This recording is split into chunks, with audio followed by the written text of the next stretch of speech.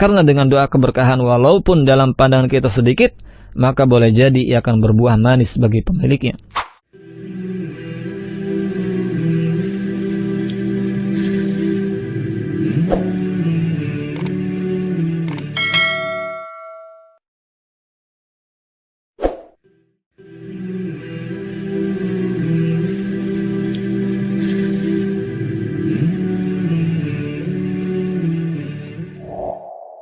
Assalamualaikum warahmatullahi wabarakatuh.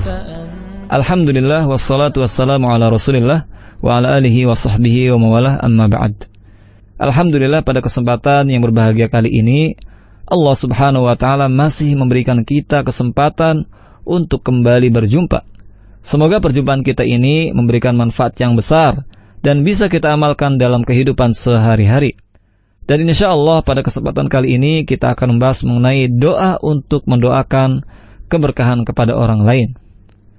Pendengar yang budiman, berkah atau al-barakah bila kita pelajari baik melalui ilmu bahasa Arab atau melalui dalil-dalil Al-Quran dan As-Sunnah, niscaya kita akan mendapatkan bahwa al-barakah memiliki kandungan dan pemahaman yang sangat luas dan agung.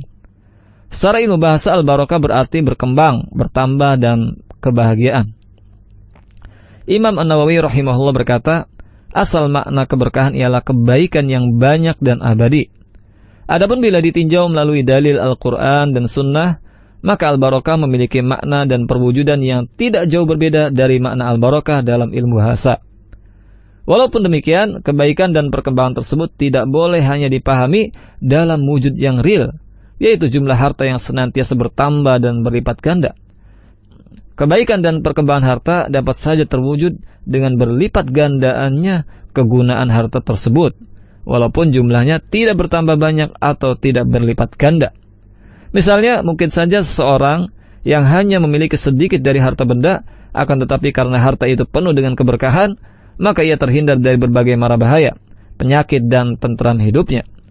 Dan sebaliknya, bisa saja seseorang yang hartanya melimpah ruah, akan tetapi karena tidak diberkahi Allah, hartanya tersebut menjadi sumber bencana, penyakit, dan bahkan mungkin ia tidak dapat memanfaatkan harta tersebut. Salah seorang pernah bercerita bahwa ada seorang tukang beca yang sehari-harinya hidup pas-pasan. Akan tetapi karena ia sering mengantarkan sebagian penumpangnya ke house donut atau warung donat, menjadi berangan-angan, andai aku bisa memiliki kesempatan menikmati donat buatan toko ini. Subhanallah, setelah tukang beca ini merintis usaha baru dengan bermodalkan piutang dari salah satu bank konvensional yang tentunya dengan memungut bunga, maka usahanya pun mulai maju. Dan taraf kehidupannya pun mulai berubah. Dan tidak selang berapa lama ia menjadi salah seorang yang kaya raya. Akan tetapi suatu hal terjadi di luar perhitungannya. Bersama usahanya yang mulai maju, beberapa penyakit pun mulai menghinggapinya.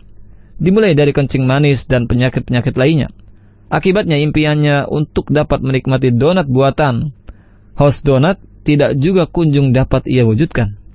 Bila dahulu semasa ia menjadi tukang beca, ia tidak mampu membelinya karena tidak punya uang, maka sekarang ia tidak bisa menikmati donat karena ia takut akan akibat dari makan donat tersebut.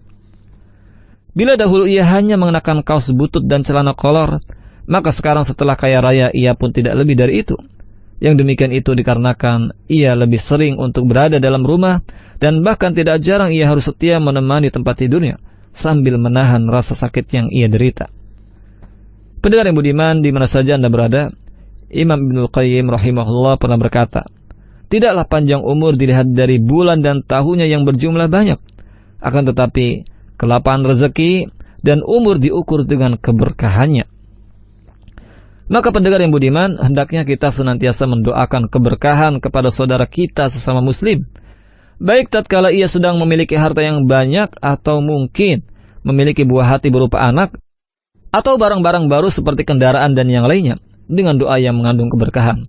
Karena dengan doa keberkahan walaupun dalam pandangan kita sedikit, maka boleh jadi ia akan berbuah manis bagi pemiliknya. Ibnu Qayyim rahimahullah pernah mengatakan bahwa sungguh dahulu biji-bijian, baik gandum atau lainnya, lebih besar dibanding yang ada sekarang. Sebagaimana keberkahan yang ada pada biji-biji kala itu lebih banyak. Imam Ahmad rahimahullah telah meriwayatkan melalui jalur sanadnya bahwa telah ditemukan di gudang sebagian Khalifah Bani Umayyah sekantung gandum yang biji-bijinya sebesar biji kurma, dan bertuliskan pada kantung luarnya, ini adalah gandum hasil panen masa keadilan ditegakkan. Nabi SAW juga pernah mendoakan sahabat beliau, yaitu Urwah radhiyallahu anhu. Imam Bukhari rahimahullah menceritakan dari sahabat Urwah bin Abil Jaid bahwa Nabi SAW pernah memberinya uang 1 dinar agar ia membelikan seekor kambing untuk beliau. Maka sahabat Urwah dengan uang itu membeli 2 ekor kambing, lalu menjual salah satunya seharga 1 dinar. Dan ia pun datang menghadap Nabi SAW dengan membawa uang 1 dinar dan seekor kambing. Kemudian Nabi SAW mendoakannya agar mendapatkan keberkahan dalam perniagaannya, sehingga andai kata ia membeli debu, niscaya ia akan mendapatkan keuntungan padanya. Maka pendengar yang budiman, di antara doa yang hendaknya kita ucapkan agar saudara kita mendapatkan keberkahan dalam kehidupannya, yaitu barakallahu fika, semoga Allah melimpahkan keberkahan kepadamu. Dan jawaban dari doa tersebut, wa fika barakallah, semoga Allah juga melimpahkan berkah kepadamu. Hal ini sebagaimana hadis yang diriwayatkan oleh Bunda kaum muslimin Aisyah radhiyallahu anha, ia berkata, aku memberikan hadiah seekor kambing kepada Rasulullah sallallahu alaihi wasallam. Beliau sallallahu alaihi wasallam bersabda, bagilah ia. Jika seorang pembantu pulang, aku bertanya, apa yang mereka katakan? Dia menjawab, mereka mengatakan, barakallahu fikum, semoga Allah memberkahi kalian semua. Maka aku katakan, wa fikum barakallah, semoga Allah memberkahi kalian pula. Kami membalas ucapan mereka sebagaimana mereka ucapkan, sehingga tetaplah pahala kami. Demikianlah pendengar yang budiman, semoga bermanfaat. Wallahu a'lam. Wassalamualaikum warahmatullahi wabarakatuh.